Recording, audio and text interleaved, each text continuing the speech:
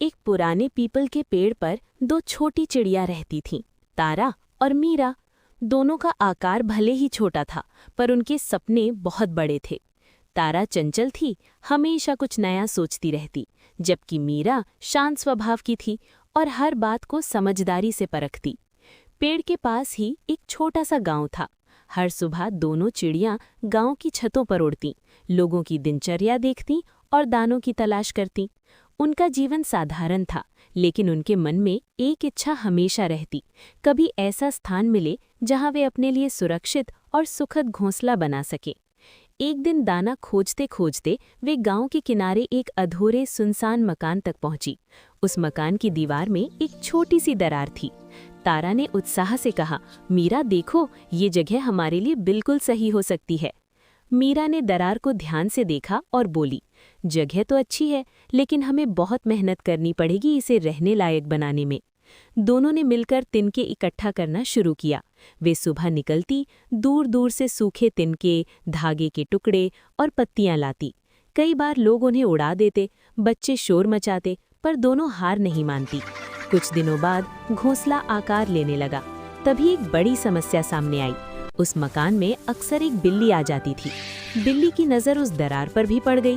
तारा घबरा गई। अब क्या होगा? अगर बिल्ली यहाँ आई तो हमारा सारा मेहनत बेकार हो जाएगा। मीरा ने शांत स्वर में कहा, डरने से कुछ नहीं होगा, हमें साहस से काम लेना होगा और कोई उपाय सोचना होगा। अगले दिन दोनों ने योजना बनाई। उन्होंने घोंसले के पास कुछ सूखे कांटे और टहनियाँ इस तरह से लगा दी कि दरार तक पहुँचना मुश्किल हो जाए। साथ ही वे बारी बारी से पहरा देने लगी। जब एक दाना लेने जाती, दूसरी वहीं रहती। एक शाम बिल्ली फिर आई। उसने दरार में झांकने की कोशिश की, लेकिन कांटों के कारण आगे नहीं बढ़ पाई। थोड़ी देर बाद वो थककर चली गई।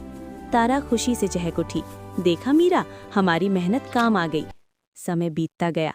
घोंसला अब पूरी तरह तैयार था। दोनों चिड़िया उसमें रहने लगी। कुछ ही दिनों में मीरा ने अंडे दिए। तारा हर समय उसके साथ रहती, उसे दाना लाकर देती और घोंसले की सुरक्षा का ध्यान रखती।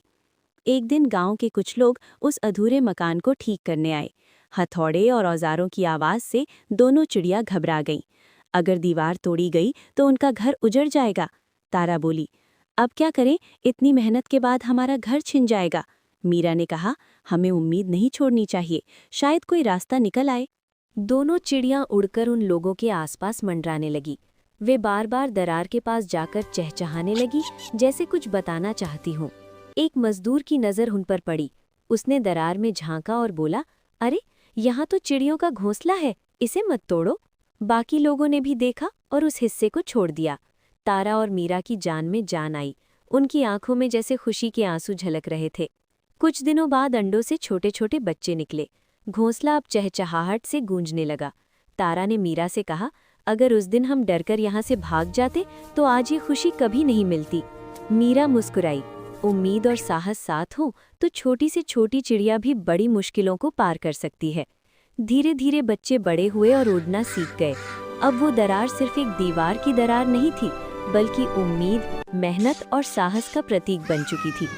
सीख, उम्मीद कभी मत छोड़ो और साहस। कहानी आपको कैसी लगी? कमेंट करके हमें बताइए कि आपको कौन सा हिस्सा सबसे ज़्यादा पसंद आया। अगर आपको हमारी कहानी पसंद आई हो तो चैनल को सब्सक्राइब करना न भूलें और बेल आइकन को दबाना मत भूलें, ताकि आपको हर नई कहानी की अपडेट मिलती रहे।